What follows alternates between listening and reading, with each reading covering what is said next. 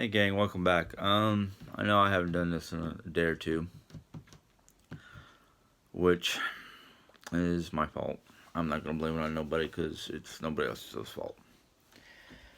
Um, last time I was on it, last time I did a video was a little long, and it was about Germany.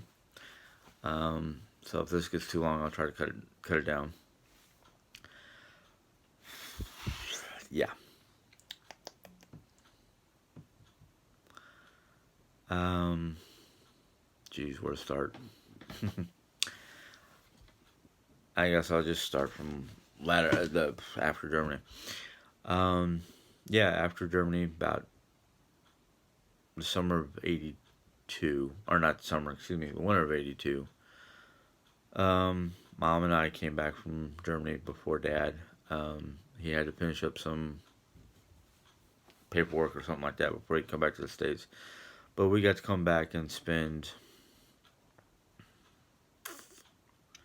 Christmas, I think it was. I don't know if it was Christmas or after Christmas, but we were back in the States before the New Year.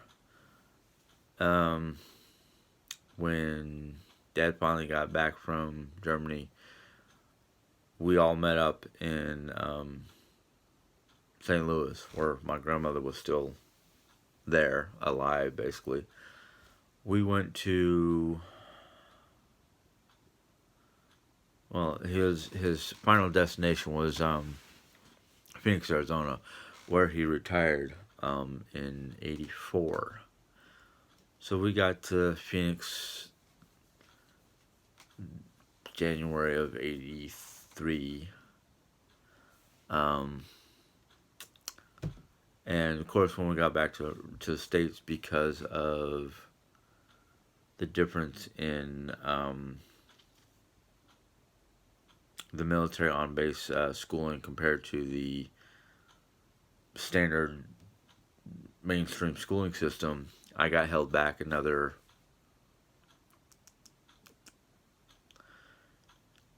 2 years. Yeah, I should have been going into seventh grade, and I ended up getting pushed back to fifth grade. So when we got to the States, that kind of messed me up, education wise. We got a house pretty quickly because my Aunt Lee, who lived in Phoenix, who had a lot of friends who worked on base. She worked as a civilian employee for the motor pool, so she knew a couple people who had houses for rent. So we got into a house pretty quickly. We didn't have to worry about a apartment situation or anything like that.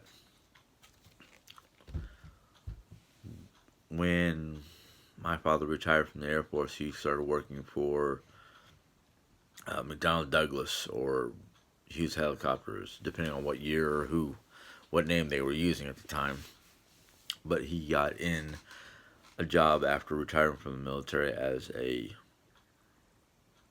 crew member on the building of the Apache helicopters, which, when I look back at it, I thought it was, at first I thought it was just, as a job.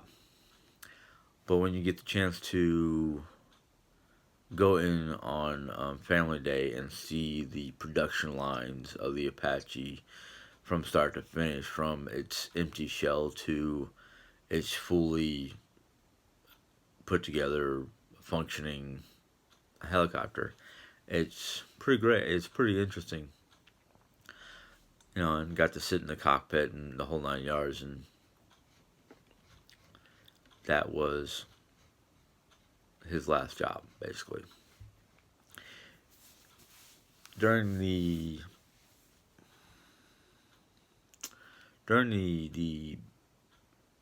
3 year period of his final days, I did notice, now that I look back at it, I did notice how he was starting to be less active, because he would, get up before I got up for school. Well, when he first started, he was doing the overnight shifts, which was a total change for him because he was usually up and gone by 4 o'clock, 5 o'clock in the morning. So the way things ended up was mom got a job and she was working days. So mom would see me off to school before she had to go to work, and because dad was working overnight, I tried my best not to make too much noise. And then because of their work overlap, I became what was coined back then as a latchkey kid, which means I had a key to the house hanging around my neck or attached to my possessions, my clothing or whatnot.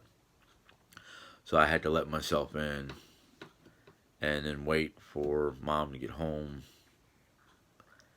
And the downside about that is because after mom was not a good cook, it was either something simple that she can make like canned spaghetti or something that she could reheat or cook without too many problems.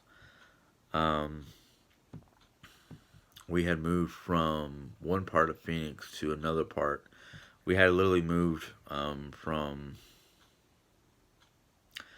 Southside Phoenix, which was close to Luke Air Force Base, but not that close, to Mesa, Arizona, which is a suburb of Phoenix, northern Phoenix, so he could be closer to his job. Um,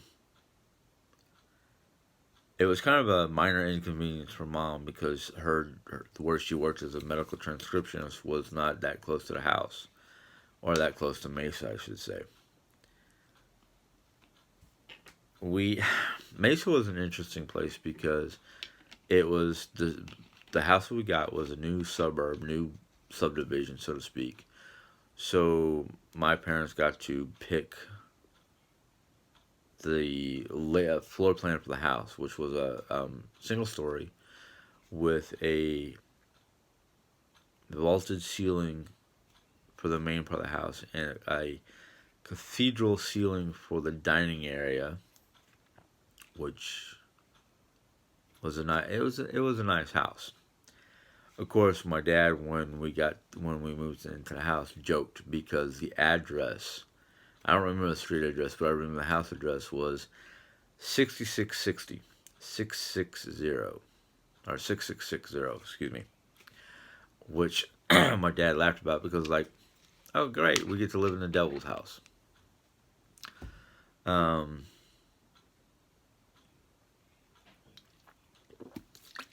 but the junior high I was going to at the time I was so close to it that they didn't have bus services, but it was a for me at the time because I was young and not so well. You shouldn't say so athletic. I was never athletic, but it was a good 25 to 30 minute walk.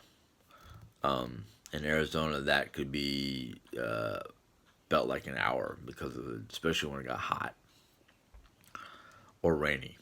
Um, my parents had decided to get me a BMX dirt bike, not a motorized dirt bike. It was a pedal bike, but it was considered a dirt bike by BMX. So I used that to get to and from school. Now I found a shortcut which took me through a small patch of desert landscape, not occupied by houses, until I got up the block a little ways, and then there was 2 or 3 houses. One of them had horses in the back area. It was big enough for 2 horses. But I remember, I mean, literally buzzing through there, not worrying about cacti or anything like that. Scared a bunch of quail, a couple of jackrabbits, and a roadrunner throughout my 2 years of being there.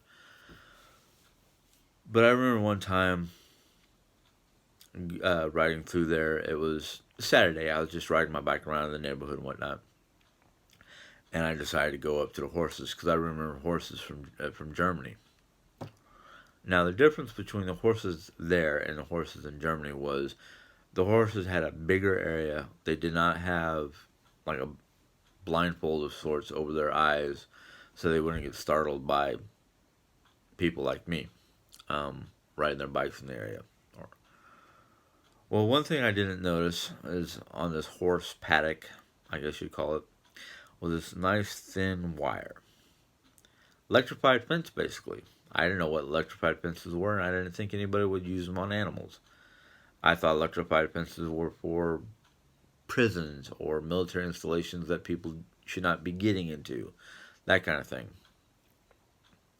Well, I went to go basically pet the horse, get friendly with the horses. Well, the horse nuzzled my hand and pushed my arm into that wire. Scared both me and the horse. And from that day on, I was kind of leery about anything with a thin wire that didn't attach to the actual fence. I learned my lesson pretty much. 1986 to 87 was when I got a reality check, I guess you'd say. I knew I knew of family members who passed away. I just never got the chance to either be close to those particular family members or be attending at their funeral or anything like that. Well, June of 85, I had my mom's aunt, my great aunt, whatever you call her, pass away. A month after that, her mom, my grandmother, passed away. I wasn't quite prepared for any of this happening. I wasn't close to Aunt Helen, so it didn't strike or affect me as harshly, I should say. But by the time I was starting to get the understanding of what a relative's passing meant or felt like, that's when my grandma my, my grandmother passed away. Now, the way it affected me was, as you can tell, tears, not quite understanding, and the fact that my one cousin, Joel, was acting irritated me. It made me really, really mad. And the thing that got me mad about the fact of the way he was acting and goofing off and clowning around wasn't just the fact of that it was, in my mind, disrespectful to the dead. But I didn't live in the same city as he did, as Grandma and most of my mom's side of the family did at the time. I had four cousins from my mom's side of the family. We were all within the same age limit. I was in between two girls. Basically, it was my cousin Michelle, my cousin Janet, me, my cousin Phil, and then my cousin Joel, and then my cousin Philip. Now Michelle has already passed. She passed away a number of years ago. I'm going to say maybe 10 years ago or less. I don't recall. No, it had to be, yeah, 2008, somewhere around there.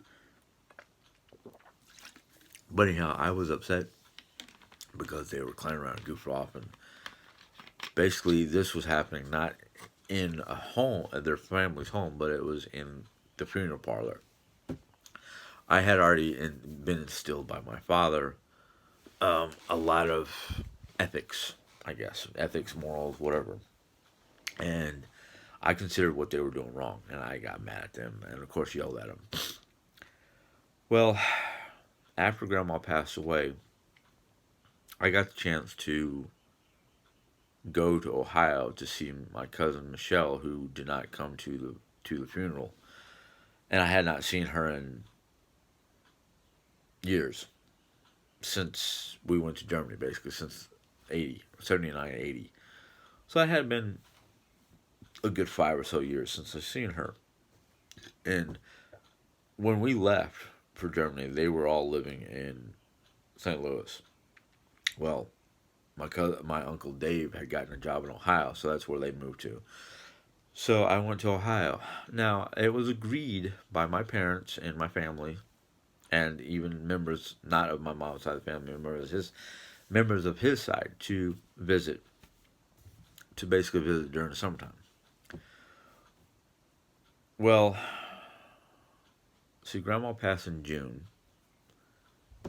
Aunt Helen passed a year before Grandma, so basically Grandma died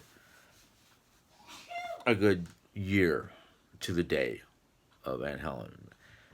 Um, but anyhow, I went to Ohio, and on the trip, we left Missouri pretty late in the day, so we were supposed to sleep on the way to Ohio. Well, normally in a car I would sleep, but since this is like the first trip to Ohio, I had trouble sleeping. Well, looking back at it, I realized it wasn't just the factor that I had trouble sleeping because it was my first time to Ohio, but I had a pretty good, deep connection with my father, and I somehow knew something was amiss. Did not know exactly what until after the factor.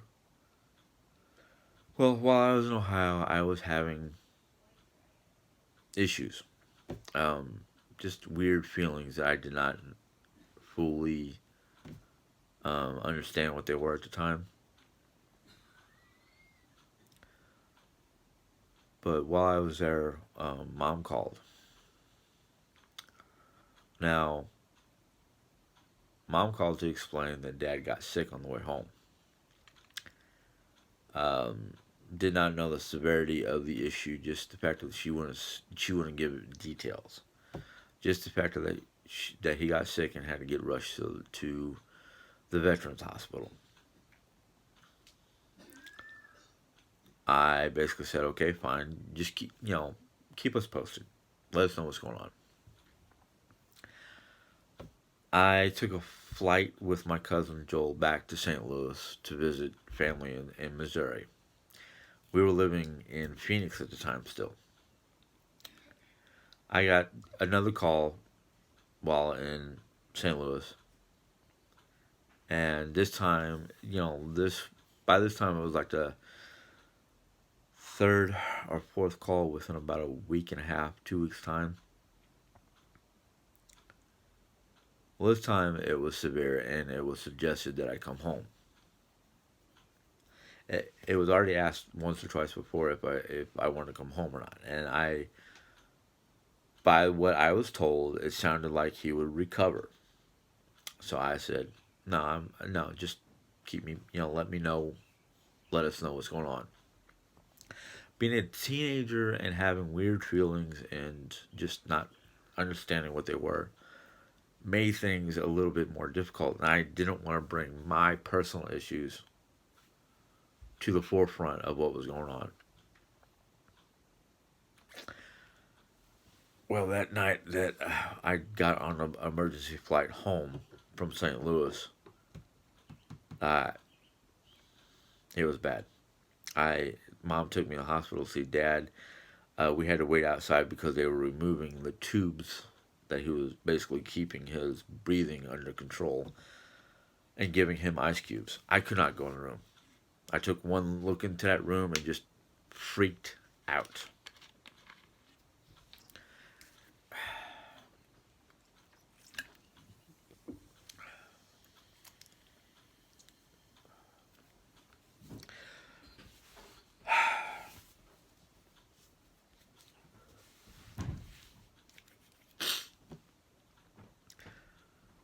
To look into that hospital room to see my father laying in that bed with an amputated leg and tubes coming out of him was unreal.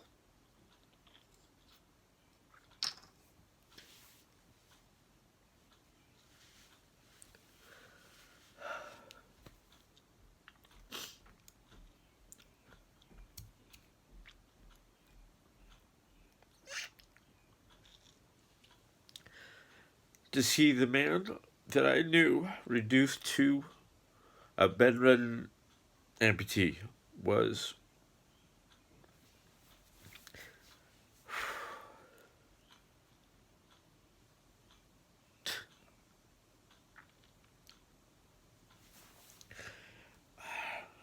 something I could never fully imagine.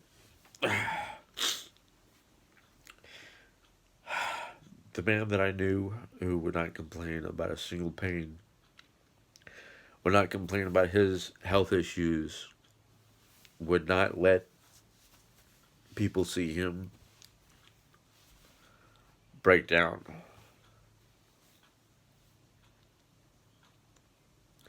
was the worst.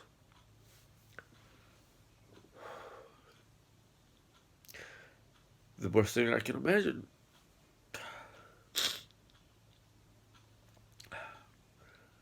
Sorry.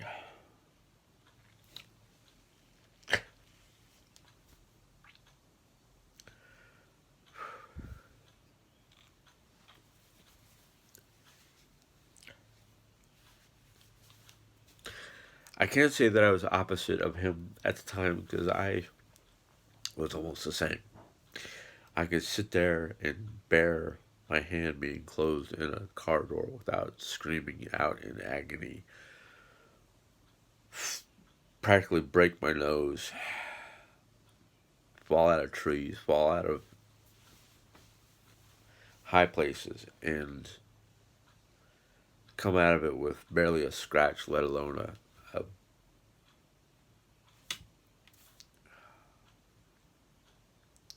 an emotional outbreak, basically. I had gotten to see him twice before he passed away that night.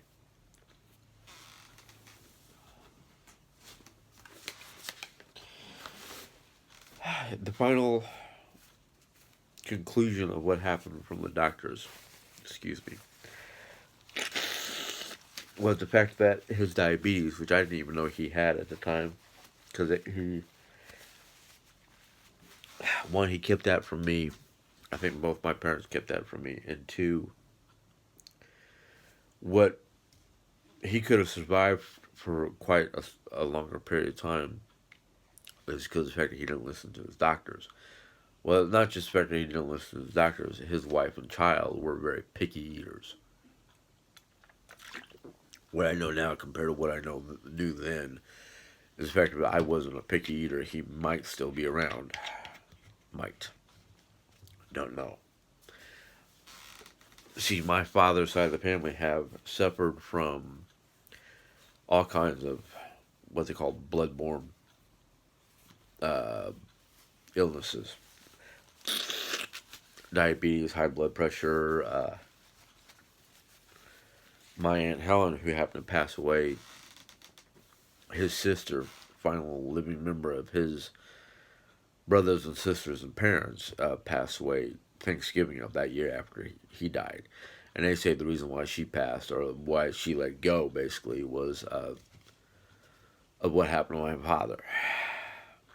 Now, my cousin Diana, who lived in California, had come in that night before he passed away to see him once.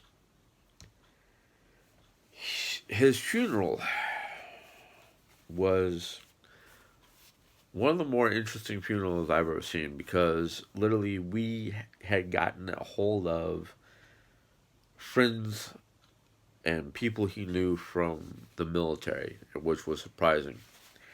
In fact, his best friend and fellow human mechanic turned pastor, John Moss. Moss? Yeah, John Moss, who knew him very well from basic training and all that, came out and because he had become a Baptist minister, had presided over my dad's funeral. We also had gotten a hold of friends and family members from all across the country. One of our one of my, or our, I should say, friends from Germany who had come to the States and come to Phoenix to retire. We knew them in Germany. Uh, Granted, I don't remember their first names, but their last name was Grote. Um, they were there. It was good to see many of those people.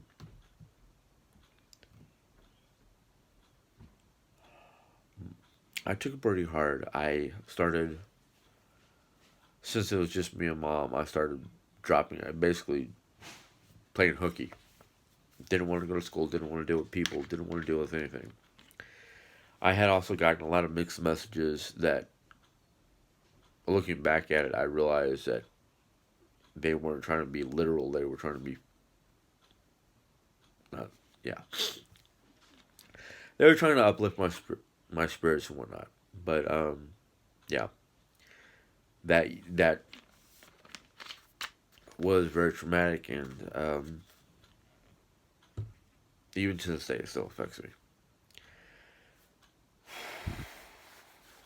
But from that point to 87, late 87, early 88, I was in a tailspin. It wasn't until I got to high school that things started changing for the better. But that will be a different video.